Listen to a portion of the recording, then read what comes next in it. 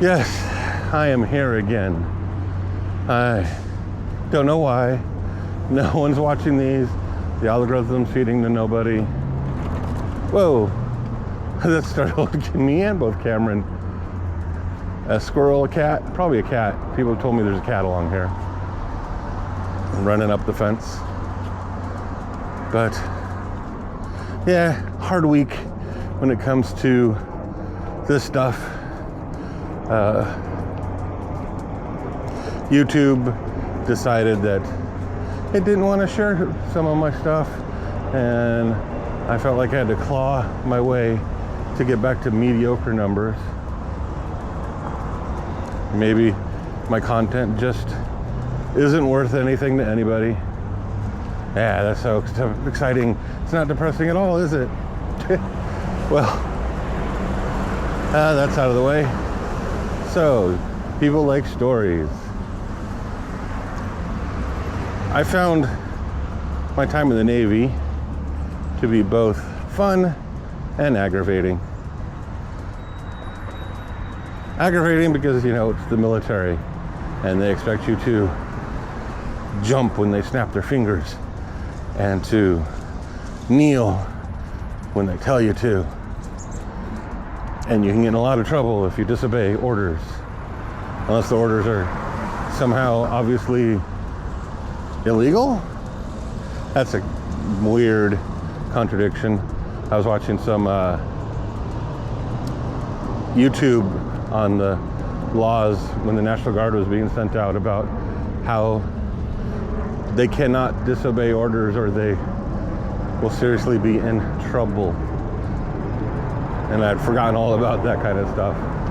I was in a weird situation because as a hospital corpsman, as a non-combatant, according to the Geneva Convention, if there was anybody in a POW camp, I was not allowed to escape. I can only escape if I was the last person. Problem is the chaplain also fell under that. So if there's a corpsman and a chaplain, technically we couldn't escape because there were still other prisoners. But we were also supposed to be able to have benefits, like we could go check on everybody without question and have access to people and all that kind of stuff. So that's the point of the rules of war, which seems really funny to me, but they're trying to make war more humane. Okay, Cameron, right? Right. So anyway, in boot camp, in boot camp, it was a significant amount of classes. I mean, it was 35 years ago, but I remember a lot of classroom work. At least half of the time was doing classwork in classrooms, learning about all the military and Navy stuff. Then other than that, it was a lot of marching and waiting, which is where the term hurry up and wait comes from.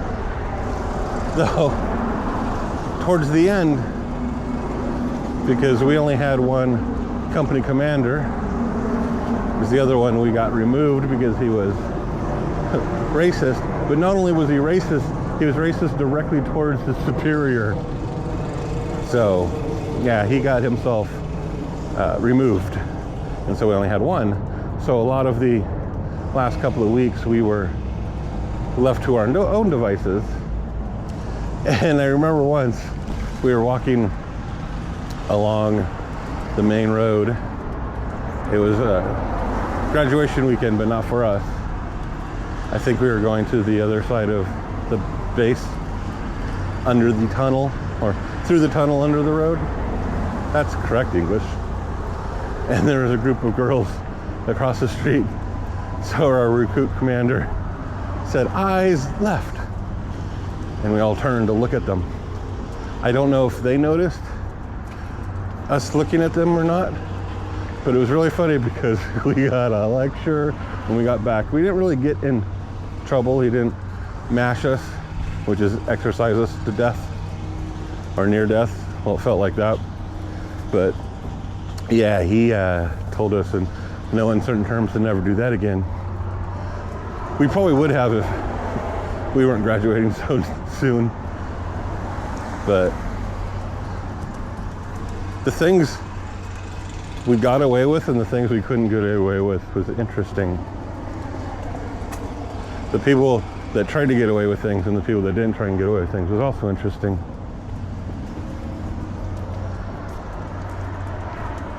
I just know for the latter half of boot, I was on light limited duty because I got cellulitis in my ankle during work week. And so I had to march behind us and I couldn't be in step. So I specifically had to be singled out for having an injury, which was always funny because I was already singled out as it was, because the night before I left for boot, I was going to say indoctrination, but before I left for boot, I broke my regular glasses, so all I had was my Ray-Ban sunglasses. So until they issued me my BCs, which stand for birth control, because when you're wearing those, you're not getting laid. So for the first half or so of boot, I wore Ray-Ban sunglasses, and I got nicknamed Hollywood for that. We were standing, I don't remember what we were waiting for. Well, like I said, there's a lot of waiting, so it's hard to parse when you're waiting. And another company commander saw me in my sunglasses, and he yells across the area we're in and comes marching over to me, asking me if I thought I was special, or if I was unique, or why I was wearing the sunglasses. I just took them off and offered them to him. He put them on, immediately took them off, handed them back, and said, "As you were," and walked off. I wonder how hard it was for everybody else not to laugh, or if they were just intimidated at that time because I was still early in boot. It's interesting how no matter how bad a situation is, how intense a situation is, over time you just kind of get used to it and it gets just laissez-faire. And that's true of boot camp, true of the military. I think that's why they move you around so much. It's so you don't get comfortable. So your patterns are keep disrupting. There's probably a lot of logic behind how the military treats the enlisted to keep them on edge, I guess, ready to go, more not lazy, not comfortable, while still doing their best to make them willing and able. I didn't pay much attention to the military aspect of it for the most part, other than standing duty. It was just a job in a hospital for me. And then standing duty was just manning an ambulance because I quickly got out of regular duty, which was very beneficial for me because regular duty in a hospital meant working the wards. And the one time I worked the ward, I was not happy because I had to clean up a busted colostomy bag. Well, on that pleasant note, you should totally check out the link below. It'll take you to my newsletter. And if anybody's interested at all, maybe I could set up PayPal or Patreon. But since only single digits usually view these, I don't think I'd even get one of you to support me that way.